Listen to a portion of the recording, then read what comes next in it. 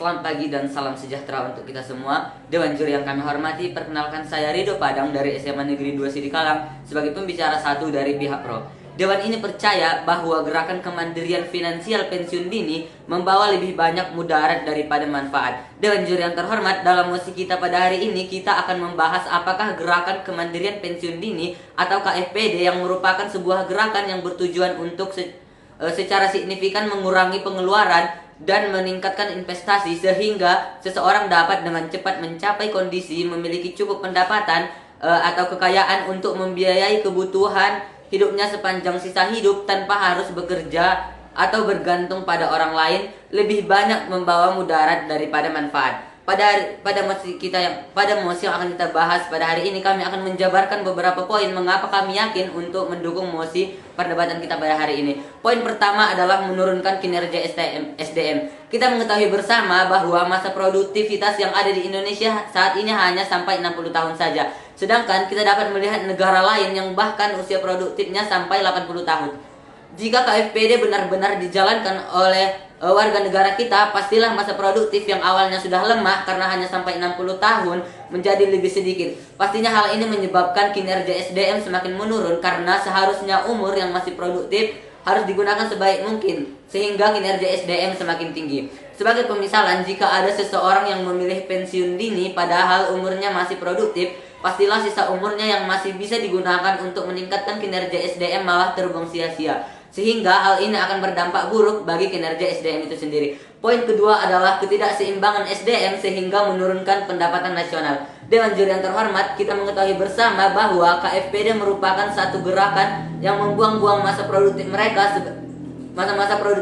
Sebagai pemisalan, seperti yang saya katakan tadi bahwa saat ini umur produktif di negara kita hanya sampai 60 tahun. Akan tetapi kita dapat melihat bahwa saat ini banyak dari warga Indonesia itu sendiri yang tetap bekerja walaupun umurnya sudah tidak produktif lagi. Jika pensiun dini diterapkan di Indonesia, maka yang bekerja pastilah hanya orang tua saja yang umurnya sudah tidak lagi produktif. Pastinya hal ini menyebabkan dampak negatif. Selain menurunkan kinerja, hal ini juga menyebabkan ketidakseimbangan SDM karena yang bekerja hanya orang tua saja yang umumnya sudah tidak lagi produktif. Sedangkan yang muda yang umurnya seharusnya masih produktif malah menyia-nyiakan umur mereka dan memilih untuk pensiun dini dan bersenang-senang. Hal ini pastinya juga berdampak negatif bagi pendapatan nasional. Mengapa? Dapat kita lihat bersama bahwa kunci terbesar untuk meningkatkan pendapatan nasional itu sendiri adalah dengan menyeimbangkan antara sumber daya alam dengan sumber daya manusia. Jika orang lebih memilih untuk pensiun dini, maka yang bisa bekerja untuk mengelola sumber daya alam hanyalah orang tua saja yang umurnya sudah tidak produktif lagi. Sehingga sumber daya alam yang besar bukannya dikelola oleh negara kita sendiri, malah diambil oleh orang luar. Sebagai pemasalan, kita dapat melihat negara kita Indonesia sendiri merupakan negara yang kaya akan sumber daya alam. Akan tetapi kebanyakan sumber daya alam tersebut dikuasai oleh bangsa asing. Hal ini menunjukkan bahwa sumber daya manusia Indonesia sudah sangat rendah. Ditambah lagi dengan terjalankannya KFPD benar-benar diterapkan, maka yang bekerja hanyalah orang tua yang tidak produktif lagi, sehingga bangsa asing akan lebih mudah untuk mengeksploitasi sumber daya alam negara kita. Karena sumber daya alam yang seharusnya bisa mengelola sumber daya manusia yang seharusnya bisa mengelola sumber daya alam negara malah menghabiskan uang untuk bersenang-senang.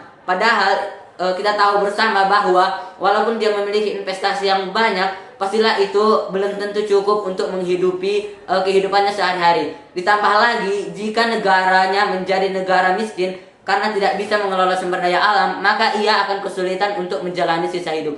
Poin ketiga adalah adanya krisis moneter. Dewan juri yang terhormat, kita mengetahui bersama bahwa saat ini negara-negara dunia sedang gencar melakukan peperangan. Sebagai contoh, kita dapat melihat Israel Amerika berperang dengan Iran dan Palestina. Kita juga dapat melihat Kamboja berperang dengan Thailand, Cina dengan Taiwan, Rusia dengan Ukraina, dan masih banyak negara lain yang terus berperang. Kita harus melihat jauh tentang apakah dampak terbesar yang akan muncul jika perang tersebut telah terjadi. Jawabannya adalah krisis moneter. Jika peperangan terus berlanjut, maka krisis moneter akan semakin besar.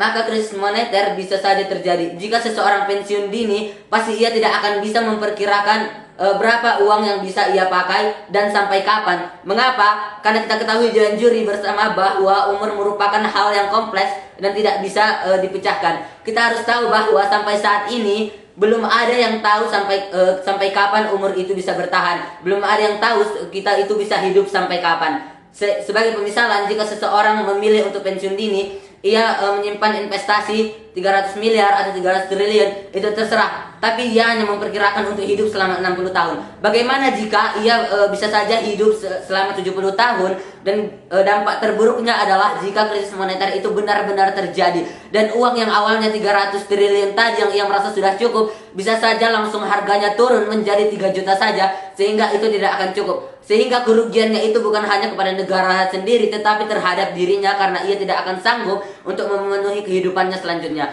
Maka karena alasan inilah kami yakin untuk mendukung mosi kita pada hari ini, yaitu Dewan ini percaya bahwa gerakan-gerakan kemandirian finansial pensiun dini atau KFPD membawa lebih banyak mudarat daripada manfaat. Terima kasih.